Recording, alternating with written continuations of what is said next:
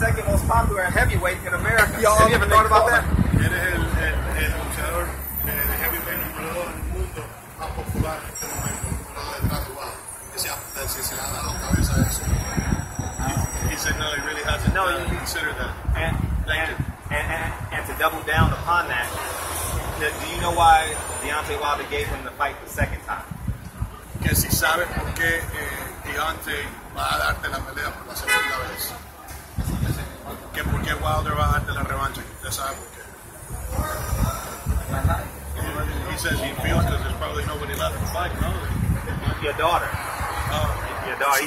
He said out of respect for you and your family and your daughter, he says that you deserve the fight. He feels the same way for sure. That's where they have a mom. That's for sure. And do you want him or do you want Anthony Joshua?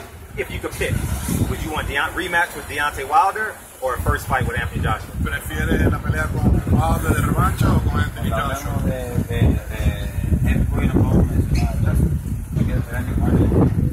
He said you can't even mention Joshua in any real conversation because Joshua's straight pussy. He ain't gonna fight. You think he's a fight Wilder? Yeah, absolutely. Did you ever begin to negotiate with Wilder when you was with Matchroom? With Joshua? Yeah, with Joshua, yes. No, que si en algún momento supiste que si había posibilidades de pelear con Joshua cuando estaba con Eddie Hearn en esas dos peleas, que si nunca se habló. No, it was never talked about. No, it was right.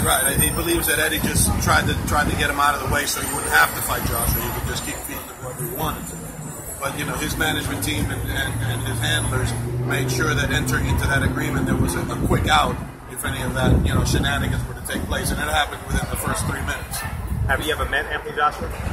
Que si has conocido en persona a Anthony Joshua? Yeah, he saw him in a weigh-in, in England, and yeah, nice guy and everything, but he don't like to talk about the next man or even a fighter. But if you want to be considered the best and you want to claim all those titles and you want to say everything that you want to say, then you got to fight the best, and the best obviously is Wilder, and then Lewis. So step up. Luis, who do you blame for Deontay Wilder and Anthony Joshua the fight not happening? ¿A quién le das la culpa entre la pelea de Joshua? Yeah, I'm gonna quote yesterday's. That was the same question. Yeah, I'm gonna give you the same answer he gave somebody yesterday. He says that 100% it was Joshua. That Wilder, offered the $50 million to fight. Joshua didn't take it, and there was never, that he believes Wilder in what he's saying because when they had their negotiations for the fight, everything was up front. What he said happened, how he said it would happen, etc. And that there's no reason for for Wilder, not to have taken the fight because he believes, and so does everyone else, that Joshua's going to get knocked out. This is a fighter that is willing to go to your hometown in England with 90,000 people screaming for the other guy. So somebody that's willing to do that, and has made very clear that he would do it, then that's strict. It's pretty clear who was ducking who. How easy was it to make the second Ortiz Joshua fight? How easy was it? Ortiz Wilder. The second time, it fell through the first time. How easy was it to negotiate the second time? So we can get a barometer of negotiating with Wilder. Very easy. I can tell you that. Okay. It was very easy. It was, the first fight fell out, the injury. Next fight, okay, no problem. We want this, we want that. As far as what they wanted from Lewis, okay, you met it, fantastic. I'll see you at the fight. Super easy. Now let me ask you about this. You've already talked about Anthony Joshua got a lot more time. Luis, at the end of the 7th round, going into the 8th. What happened in the 8th round with you? Why wasn't you cutting the ring off, going after him per se, knowing that he was hurt in the 7th round?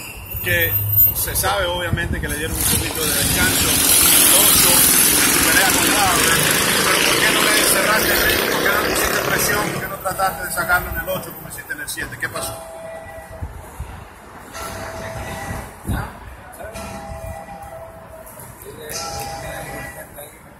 He says that, unfortunate, he was a little spent in the 7th. Even the 30 extra seconds that he got in the...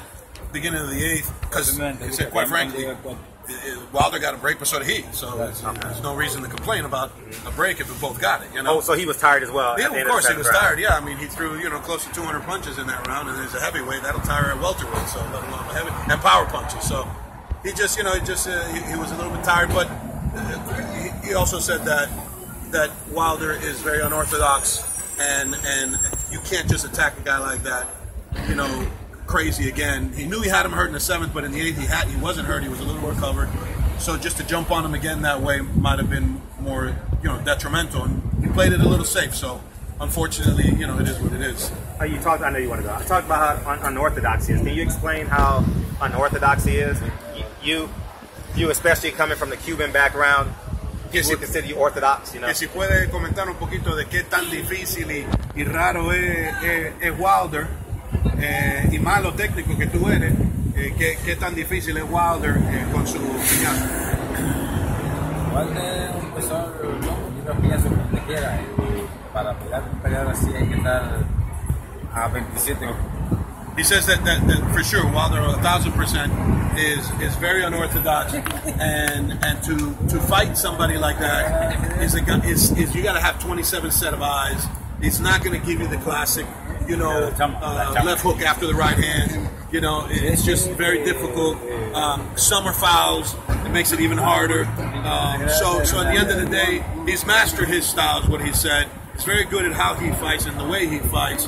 And like Ali, not comparing him obviously, but like Ali, you do something right, you don't fix it, whether it looks bad and not, what everyone thinks the normal should be, and that's who Wilder is. He's very unorthodox, and it makes it hard for real technical fighters like him to just expect what, because they expect it. So at the end of the day, it was tough to prepare for that, but he's ready. How would he rate on a scale of 1 to 10? How would he rate Deontay Wilder? Earlier today, he said 8 to 10. Definitely the number 1 heavyweight. Than him. If he lost to the number 1 heavyweight in the fashion that he lost to, it makes him the number 2 heavyweight, regardless of Joshua's title. Joshua's just a title holder. He's not a champion. He's not that Klitschko who was scared to punch from many years ago. So, he's scared with Tyson Fury. So, it's not valid what Joshua's doing. To validate what Joshua should be doing, he should be fighting Wilder and putting it on the line. These are his words from earlier this morning in the interview with Showtime. So, he doesn't feel like it's debilitating as far as him. Like he could handle the power. He just wanted to make clear that he was fatigued in the 10th round. He didn't get flattened or knocked out, which he would have preferred, he said. He would have preferred to get flattened. He would have preferred to get pulled out by his legs on a stretcher, because then he knows he would have went out, on his shield, fighting, and the better man actually won. He feels like fatigue played a factor in why he wasn't able to continue. Okay, let me ask you guys this. Should you guys be successful tomorrow, who you guys looking at to get back into contention, possibly to get another shot at Wilder or even possibly Joshua somewhere down the line? Que si mañana sale todo bien, ¿a quién tú...? Bueno, esto es literalmente lo que ellos están diciendo. Mañana ganando la pelea, ¿con quién usted quiere pelear para posibilidades de pelear o con Joshua o con Wilder? Yo no me puedo dar el lujo de cogerlo de usar porque no van a querer pelear. Yo espero que a Jaime.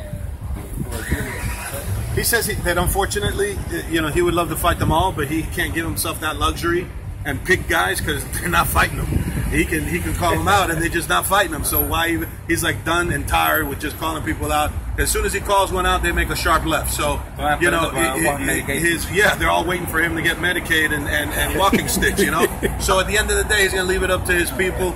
Al Heyman and his handlers and his management team, King Kong Boxing, to make the decisions that need to be made, because the guys that are stepping up are guys like this, like the Conjanus, and those guys. And I know the public doesn't want to see that, but you got that's what they're giving you. Otherwise, you're not fighting. Now you said Medicaid. I got to ask, how old are you? I got to ask. Can you set the record straight? How old are you? Dilo ya de ahora, ¿qué edad tiene en realidad? He's 39 years old, 1,000%. There's no doubt. He feels like 30, but he's 39. Okay.